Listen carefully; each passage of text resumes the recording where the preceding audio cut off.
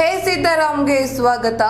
ನಾನು ನಿಧಿ ರಾಠೋಡ್. ಟೀಮ್ ಇಂಡಿಯಾದ ಆಟಗಾರ, ಕ್ರಿಕೆಟ್ ಜಗತ್ತಿನ ಯುವ ಎಡಗೈ ಬ್ಯಾಟ್ಸ್ಮನ್ ಇದೀಗ ಮತ್ತೊಮ್ಮೆ ಮಿಂಚ್ತಾ ಇದ್ದಾರೆ, ಮತ್ತೊಮ್ಮೆ ಸುದ್ದಿಯಲ್ಲಿದ್ದಾರೆ. ಯಾರು ಅಂತ ಕೇಳೋದಾದ್ರೆ, ಇಂಗ್ಲೆಂಡ್ನ ವಿರುದ್ಧ ಟೆಸ್ಟ್ ಪಂದ್ಯವನ್ನ ಆಡ್ತಾ ಇರುವಂತಹ ಟೀಮ್ ಇಂಡಿಯಾದ ಆಟಗಾರ ಯಶಸ್ವಿ ಜೈಸ್ವಾಲ್ ರವರು ಮತ್ತೊಮ್ಮೆ ದ್ವಿಶತಕವನ್ನ ಸಿಡಿಸೋ ಮೂಲಕ ಎಲ್ಲರೂ ಹುಬ್ಬೇರಿಸುವಂತೆ ಮಾಡಿದ್ದಾರೆ.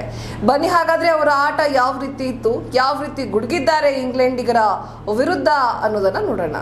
ಇಂಗ್ಲೆಂಡ್ ವಿರುದ್ಧದ ಟೆಸ್ಟ್ ಸರಣಿಯಲ್ಲಿ ಟೀಮ್ ಇಂಡಿಯಾದ ಯುವ ಎಡಗೈ batter Yashasvi Jaiswal back to back double century ಸಿಡಿಸಿದ್ದಾರೆ.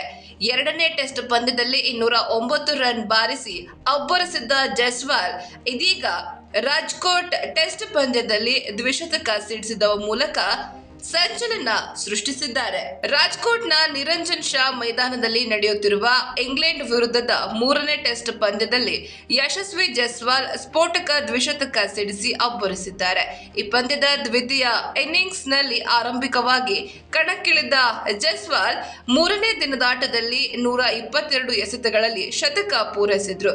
ಇನ್ನು ನಾಲ್ಕನೇ ದಿನದಾಟದಲ್ಲಿ 104 ರನ್ಗಳೊಂದಿಗೆ ಇನ್ನಿಂಗ್ಸ್ ಮುಂದುವರಿಸಿದ ಯಶಸ್ವಿ ಜೈಸ್ವಾಲ್ ಸ್ಫೋಟಕ ಬ್ಯಾಟಿಂಗ್ಗೆ ಒತ್ತು ನೀಡಿದರು. ಪರಿಣಾಮ ಮೈದಾನದ ಮೂಲೆ ಮೂಲೆಗೂ 6-4ಗಳ ಸುರಿಮಳೆ ಸುರಿದಿದೆ.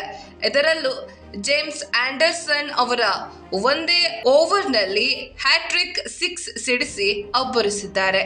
ಈ ಬಿರುಸಿನ ಬ್ಯಾಟಿಂಗ್ನೊಂದಿಗೆ ಇಂಗ್ಲೆಂಡ್ ಬೌಲರ್ಗಳು ಬೆಂಡೆತ್ತಿದ ಯಶಸ್ವಿ ಜೈಸ್ವಾಲ್ ಕೇವಲ 231 ಎಸೆತಗಳಲ್ಲಿ 10 ಭರ್ಜರಿ 6 ಹಾಗೂ 14 4ಗಳೊಂದಿಗೆ ಭರ್ಜರಿ ದ್ವಿಶತಕ ಪೂರೈಸಿದ್ರು. ಈ ಮೂಲಕ ಇಂಗ್ಲೆಂಡ್ ವಿರುದ್ಧ back to back double century ಸಿಡಿಸಿದ ವಿಶೇಷ ಸಾಧನೆ ಮಾಡಿದ್ದಾರೆ. ಇದಕ್ಕೂ ಮುನ್ನ ವಿಶಾಖಪಟ್ಟಣಂನಲ್ಲಿ ನಡೆದ ಇಂಗ್ಲೆಂಡ್ ವಿರುದ್ಧದ ಎರಡನೇ ಟೆಸ್ಟ್ ಪಂದ್ಯದ ಮೊದಲ ಇನ್ನಿಂಗ್ಸ್ನಲ್ಲಿ ಯಶಸ್ವಿ ಜೈಸ್ವಾಲ್ 209 ರನ್ ಬಾರಿಸಿದ್ರು. ಇದೀಗ ಮತ್ತೊಮ್ಮೆ ದ್ವಿಶತಕ ಸಿಡಿಸಿದ್ದಾರೆ ದಾಂಡಿಗ. ಈ ಪಂದ್ಯದಲ್ಲಿ 236 ಎಸೆತಗಳನ್ನ ಎದುರಿಸಿದ್ದ ಯಶಸ್ವಿ ಜೈಸ್ವಾಲ್ 12 ಭರ್ಜರಿ 6 ಹಾಗೂ 14 4ಗಳೊಂದಿಗೆ ಅಜೇಯ 214 ರನ್ ಗಳಿಸಿದ್ದಾರೆ. ಮತ್ತೊಂದೆಡೆ ಜೈಸ್ವಾಲ್ಗೆ ಉತ್ತಮ ಸಾಥ್ ನೀಡಿದ ಸರ್ಫರಾಜ್ ಖಾನ್ 68 ರನ್ ಅಂದ್ರೆ ಅರ್ಧಶತಕ ಸಿಡಿಸಿದ್ರು. ಈ ಮೂಲಕ ಟೀಮ್ ಇಂಡಿಯಾ ದ್ವಿತೀಯ ಇನ್ನಿಂಗ್ಸ್ನಲ್ಲಿ 4 ವಿಕೆಟ್ ನಷ್ಟಕ್ಕೆ 430 ರನ್ ಗಳಿಸಿ ಡಿಕ್ಲೇರ್ ಘೋಷಿಸಿದೆ. ಇತ್ತ ಇಂಗ್ಲೆಂಡ್ ತಂಡವು ಈ ಪಂದ್ಯವನ್ನ ಗೆಲ್ಲಬೇಕಿದ್ದರೆ ದ್ವಿತೀಯ ಇನ್ನಿಂಗ್ಸ್ನಲ್ಲಿ 557 ರನ್ ಕಲೆ ಹಾಕಬೇಕು. ಇದೇ ರೀತಿಯ ಮತ್ತಷ್ಟು ಸ್ಪೋರ್ಟ್ಸ್ ಅಪ್ಡೇಟ್ಸ್ಗಾಗಿ ನೋಡ್ತಾ ಇರಿ ಹೇ ಸೀತಾರಾಮ್. ಇದು ಸತ್ಯದ ಕೈಗನ್ನಡಿ.